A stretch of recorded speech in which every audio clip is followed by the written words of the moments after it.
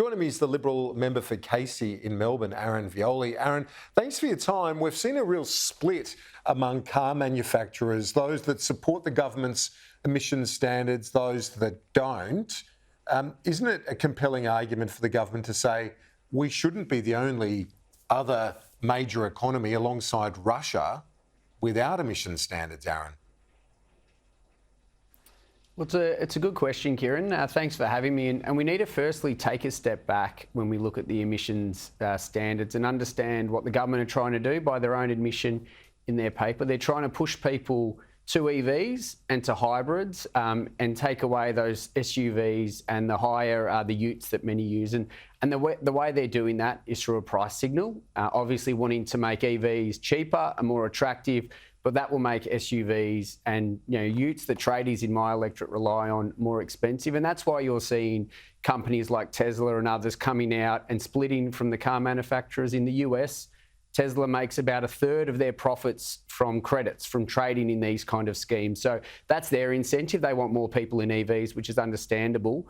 However, the challenge my community has and many other communities is there's no vehicles for a ute or an SUV that can travel the hundreds of kilometres that we need to travel for a tradie with a full tray and a trailer on the back, which is pretty standard.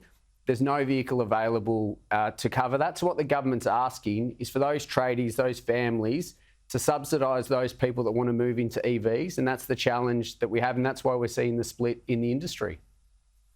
Isn't it also, though, to make vehicles more efficient? Isn't it better for your constituents to be driving more efficient vehicles? It's better in terms of how much it's going to cost them at the Bowser.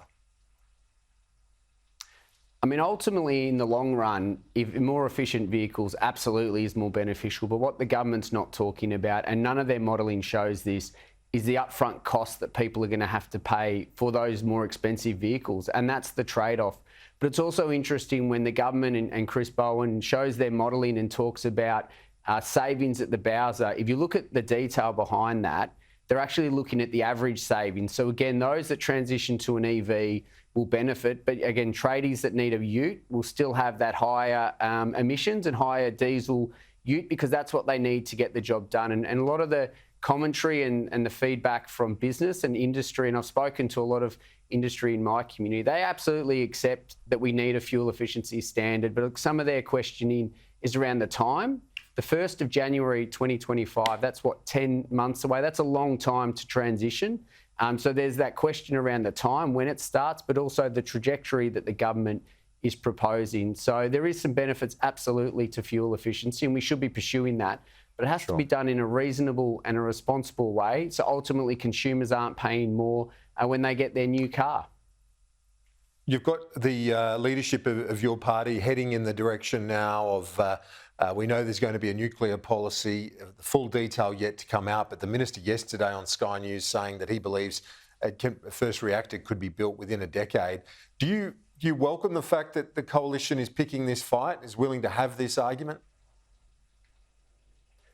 Well, I think it's important that we have the conversation, Kieran, absolutely. As we look to transition to net zero by 2050, which is one of the biggest, if not the biggest transformation that the globe has undergone, every technology needs to be on the table. We need to look at ways that we can get to net zero while keeping reliability in the network and also keeping prices down for consumers. And frankly, I wish there wasn't a fight. I wish there was bipartisanship, and it's quite hypocritical of this government. They're quick to criticise us, but when we bring forward a positive policy that can provide net zero baseload power, you see that the Minister Bowen insulting many in the coalition, not even being prepared to have the conversation. And you can see it's ideologically driven because the Prime Minister and the Minister and many others in the government can't answer a simple question like, why wouldn't you take away the moratorium? They say it doesn't stack up. Yeah. Well, as a first step, they should be prepared to take away the moratorium and let the markets have a look at the viability.